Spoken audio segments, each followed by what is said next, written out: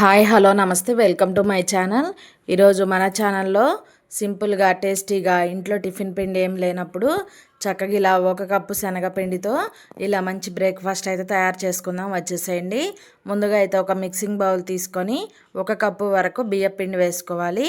ఏ కప్పుతో బియ్యపిండి తీసుకున్నామో అదే కప్పుతో 1 కప్పు వరకు శనగపిండి వేసుకోవాలి. బియ్యం పిండి శనగపిండి రెండు కూడా సమానంగా వేసుకోవాలి. తర్వాత ఒక 2 టేబుల్ స్పూన్ల వరకు బొంబాయి రవ్వను వేసుకొని ఈ రవ్వ పిండిలో కలిసే విధంగా బాగా కలుపుకోవాలి. ఈ బియ్యం పిండి శనగపిండి అన్నీ కూడా కలిసే విధంగా ముందు అయితే ఒకసారి మొత్తం బాగా కలుపుకోవాలి. ఇలా పిండ్లన్నీ కూడా కలిసిన తర్వాత ఇందులో ఒక అర స్పూన్ వరకు సాల్ట్ వేసుకోవాలి. అలాగే ఒక అర స్పూన్ వరకు కారం వేసుకోండి.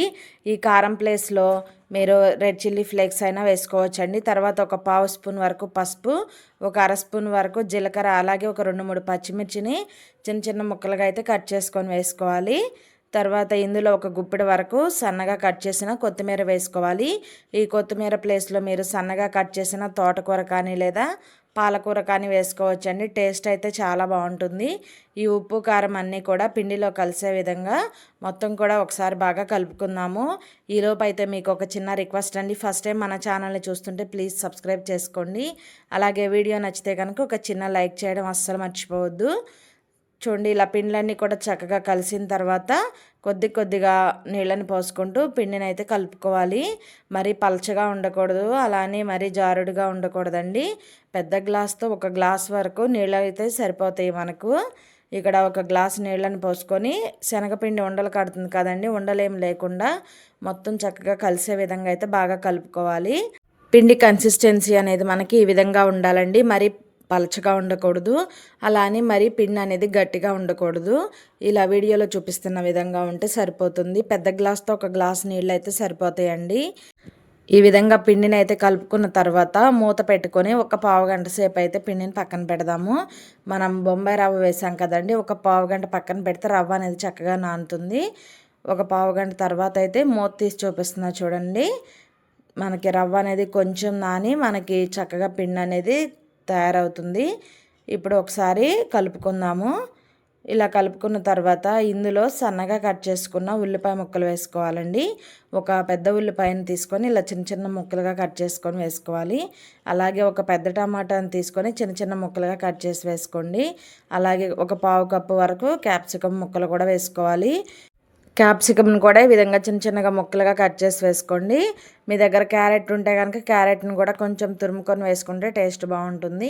తర్వాత ఇవన్నీ కూడా కలిసే విధంగా బాగా కలుపుకుందాము. ఉప్పు అన్నీ సరిపోయినాయో లేదో ఇక్కడ చెక్ చేసుకోండి. ఒకవేళ ఉప్పు సరిపోకపోతే కొంచెం ఉప్పును వేసుకొని కలుపుకోవాలి.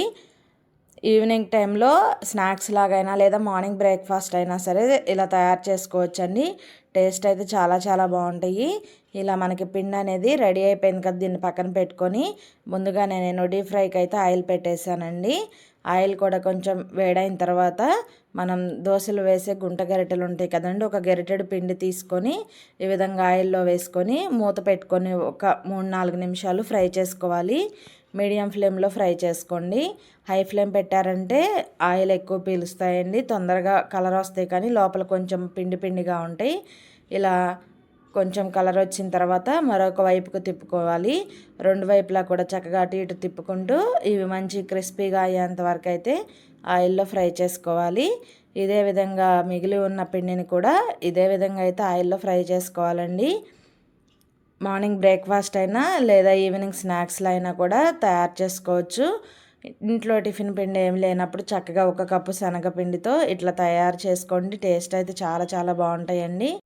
టేస్టీగా ఉండే బేసన్ టిక్కీస్ అయితే రెడీ అయిపోయినాయండి. తప్పకుండా ట్రై చేయండి.